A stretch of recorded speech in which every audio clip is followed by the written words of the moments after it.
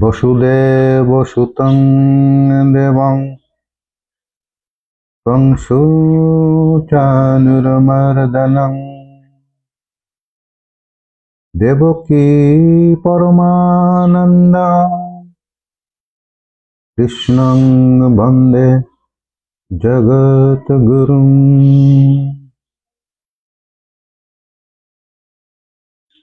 হে শ্রীকৃষ্ণ, শ্রীকৃষ্ণ গোবিন্দ হরে মুরারে, হে নাথ নারায়ণ বাসুদেব। শ্রীকৃষ্ণ গোবিন্দ হরে মুরারে, হে নাথ নারায়ণ বাসুদেব। হে নাথ নারায়ণ বাসুদেব,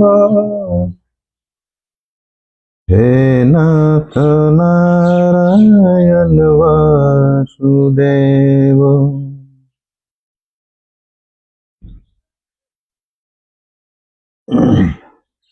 ভাগবতের প্রথম শ্লোক হলো সচ্চিদানন্দ রূপায়। সচ্চিদানন্দ রূপায় বিশ্বোৎপত্তি আদি হেতবে তাপত্রয় বিনাশায় শ্রীকৃষ্ণায় বয়ং নমঃ। ভগবান শ্রীকৃষ্ণকে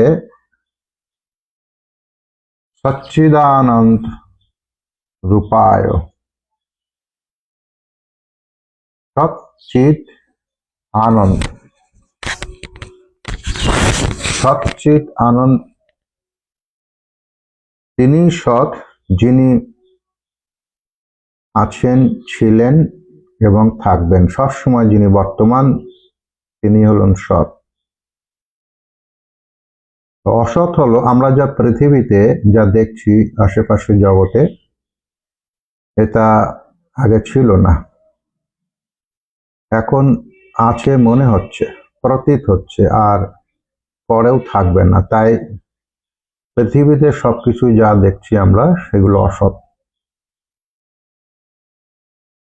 সৎ অসৎ। চিৎ হচ্ছে চিত্ত, জ্ঞান, তুরীয় জ্ঞান বলা হয় ভগবানকে। ভগবানের যা জ্ঞান সেটা হলো ঐশ্বরীয় জ্ঞান। আনন্দ, তিনি সবসময় আনন্দ ঘন অবস্থায় থাকেন, তাই তাকে বলা হয় সচ্চিদ আনন্দ। বিশ্বোৎপত্তি আদি, আদি মানে বিশ্বের উৎপত্তি, আদি মানে শুধু উৎপত্তিতেই থেমে নন, তিনি একাধারে স্থিতি পালনকর্তা এবং সংহারকর্তাও। ভগবান শ্রীকৃষ্ণ উৎপত্তি, স্থিতি, প্রলয় তিনটেরই হেতু কারণ, তাই বলছে বিশ্বোৎপত্তি আদি হেতবে তাপত্রয় বিনাশায় শ্রীকৃষ্ণায় বয়ং নমঃ। তাপত্রয়, আমাদের জড় জগতে তিনটে তাপ আছে। আধি আত্মিক অর্থাৎ আধ্যাত্মিক, আধি দৈবিক, আধি ভৌতিক।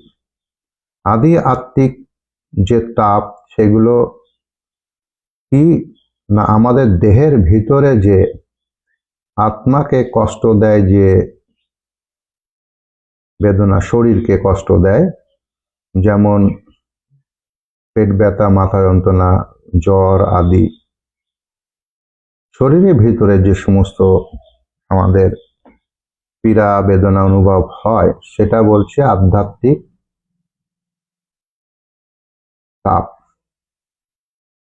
আদি দৈবিক হলো কি না, আদি দৈবিক হচ্ছে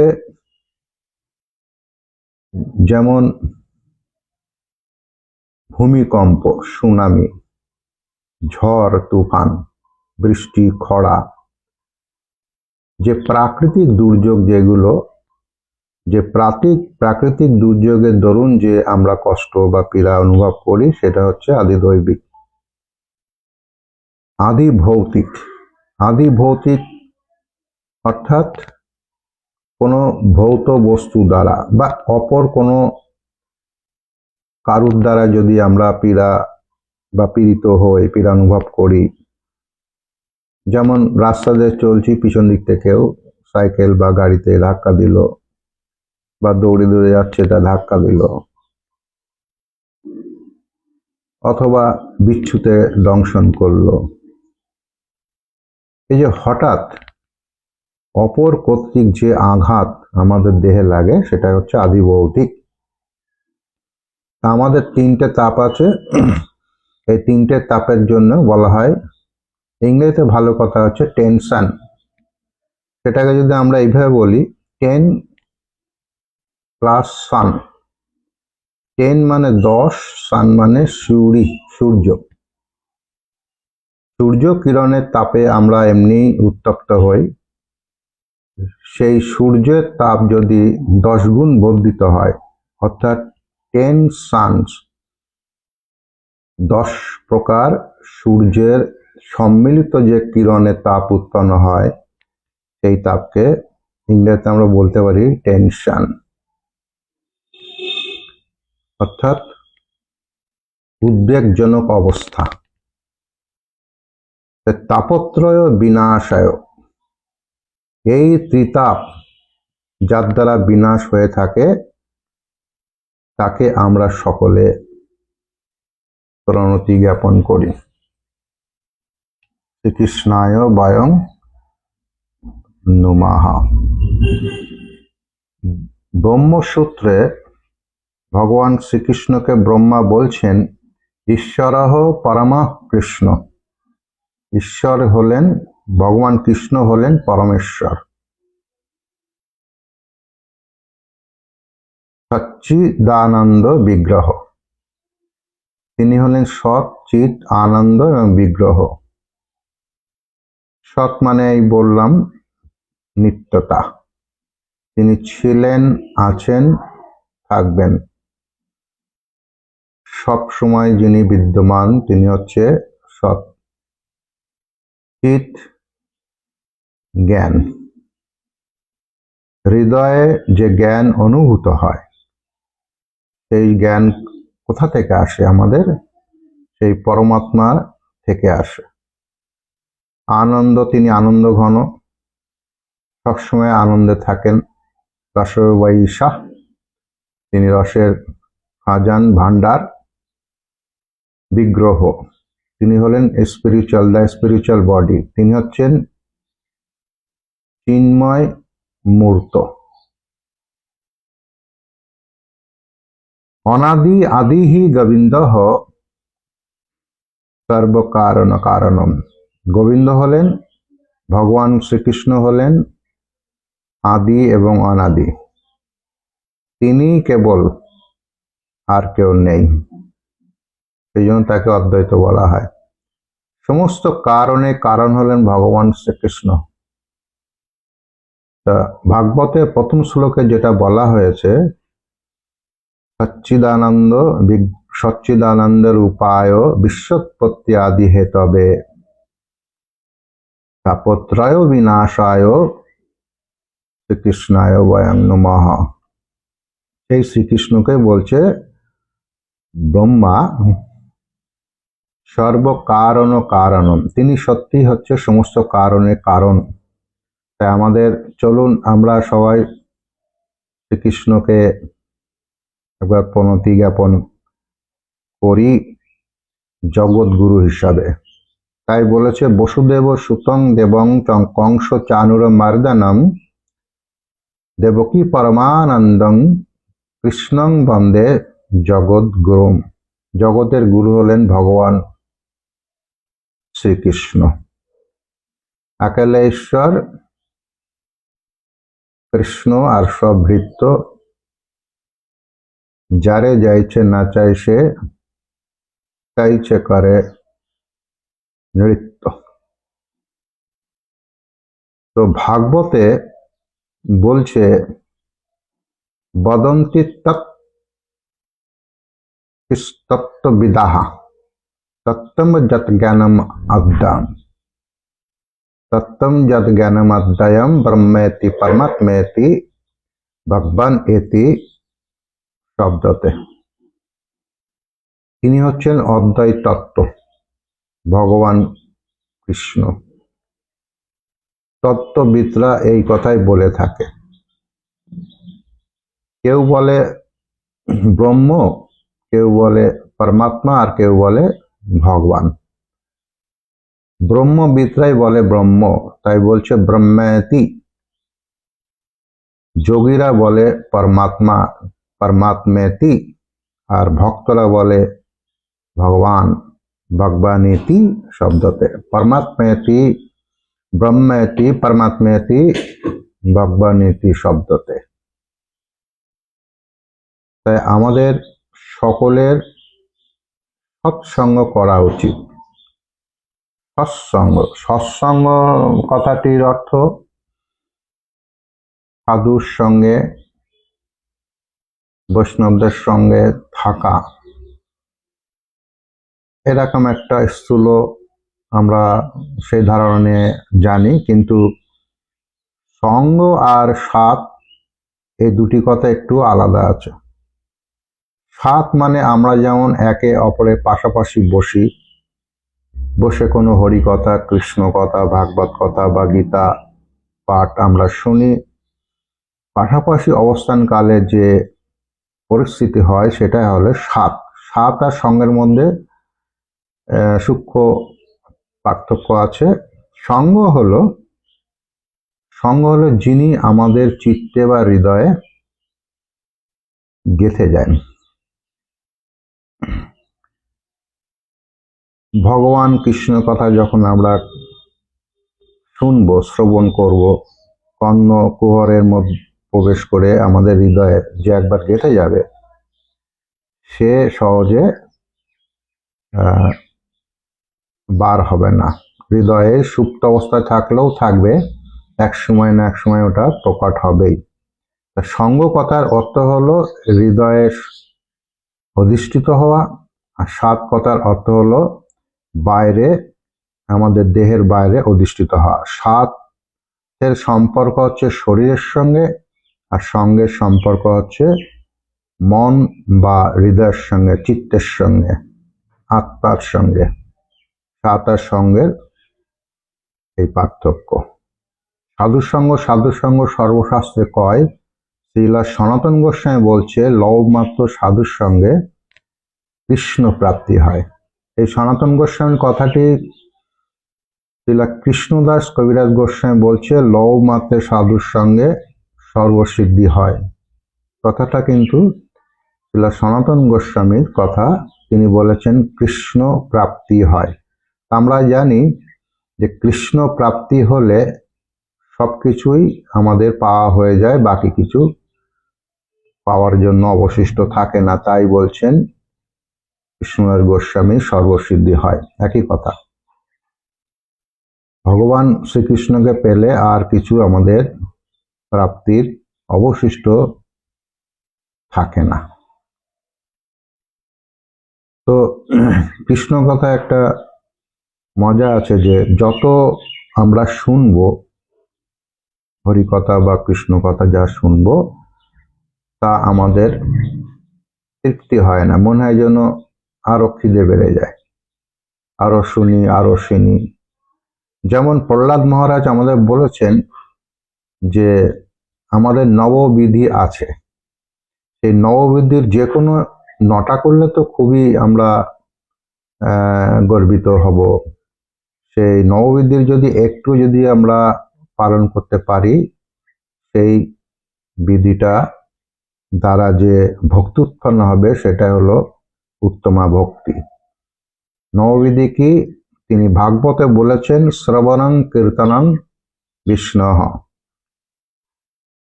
স্মরণং পাদসেবনং অর্চনং বন্দনং দাস্যং সাক্ষামাত্ম নিবেদনম।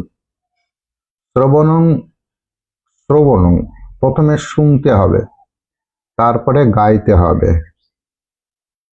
গাইতে মানে প্রচার করতে হবে, অপরকে শোনাতে হবে, কীর্তন করতে হবে। আমরা ভাগবতে দেখেছি পরীক্ষিত মহারাজ শ্রী ভাগবত কথা শ্রবণ করেছিলেন শ্রীলা সুখদেব গোস্বামী, ব্যাসদেব তনয়। কীর্তন করেছিলেন সুখদেব গোস্বামী, ভাগবত কথা পাঠ করেছিলেন নৈমিষারণ্যে, তো এই গঙ্গা তটে নৈমিষারণ করেছিলেন শ্রীলা সুত গোস্বামী পরবর্তীকালে। তো কি সম্বন্ধে? না, বিষ্ণু সম্বন্ধে। বিষ্ণু স্মরণং চিন্তন, স্মরণ মানে হচ্ছে চিন্তন, সবসময় যিনি স্মরণ করবে। কে সবসময় স্মরণ করত? সবসময় স্মরণ করত ভক্ত প্রহ্লাদ মহারাজ। পাদ সেবানম, বিষ্ণুর পাদ সেবানম। পদসেবা কে করে? পদসেবা করে লক্ষ্মী দেবী। অর্চনং বন্দনং দাস্যং, অর্চন কে করেছে? না, পৃথু মহারাজ ভগবান কৃষ্ণকে অর্চন করেছিলেন। বন্দনং হচ্ছে অক্রূর মহারাজ। অক্রূর মহারাজ তিনি যখন মথুরা থেকে কংসের নির্দেশে বলরাম কৃষ্ণকে বৃন্দাবনে আনার জন্য রথে চড়ে এসেছিলেন, তিনি বৃন্দাবনে প্রবেশ করার আগে যমুনায় স্নান করে তিনি বন্দনা করেছিলেন যাকে নিতে এসছে সেই শ্রীকৃষ্ণকে। তাই বলা হয় বন্দনং অক্রূর মহারাজ। দাস্যং, দাস্যং হচ্ছে দাস মনোভাব নিয়ে যে ভগবানকে সবসময় হৃদয়ে রেখে স্মরণ করেন, তিনি হলেন দাস্যং। হনুমানজি, হনুমানজি সবসময় ভগবান শ্রীকৃষ্ণকে, এই ভগবান শ্রী রামচন্দ্র সীতারামকে হৃদয়ে রেখে তিনি দাসের কাজ করতেন, সেবামূলক কাজ করতেন সবসময়। সক্ষম কি না, ভগবান শ্রীকৃষ্ণের যে সখা ছিল অর্জুন, খুব প্রিয়, ভগবানের শ্রীকৃষ্ণর বন্ধু, সখা, ওরফে আত্মীয়, সব রকম ছিলেন, কিন্তু তিনি সখা হিসেবে বেশি প্রতিষ্ঠিত ছিলেন ভাগবত গীতাতে, তাই আমরা জানি। তাই সক্ষম। আত্মনিবেদনম, নিজেকে যে সম্পূর্ণভাবে সমর্পণ করে দেয়, নিজে সমর্পিত হয়ে যায় যে হরির চরণে, তিনি হলেন আত্মনিবেদনম। কে? রাজা বলি। বলি মহারাজ যখন বিষ্ণু বামন অবতার রূপ ধারণ করে তিনি বলি মহারাজকে ছল কপট দ্বারা সমস্ত কিছুই, তিনি রাজ্য, অধিরাজ্য যা কিছু ছিল হরণ করে নিয়েছিলেন। অবশিষ্ট তার শ্রী চরণে পদ ধুলি, শ্রী চরণে পা রেখে তিনি তাকে পর্যন্ত নিয়ে গেছিলেন। অর্থাৎ রাজা বলি মহারাজ হরির চরণে নিজেকে সঁপে দিয়েছিলেন, তাই তাকে বলে আত্মনিবেদনম।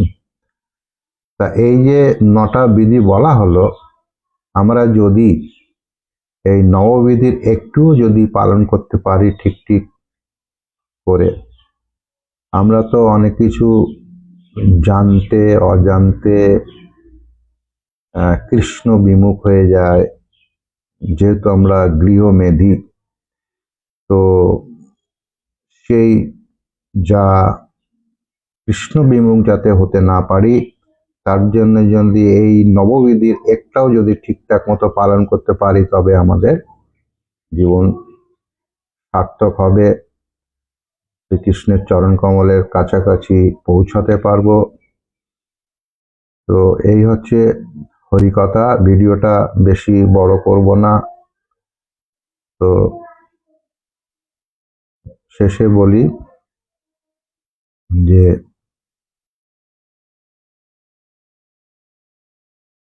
গীতাতে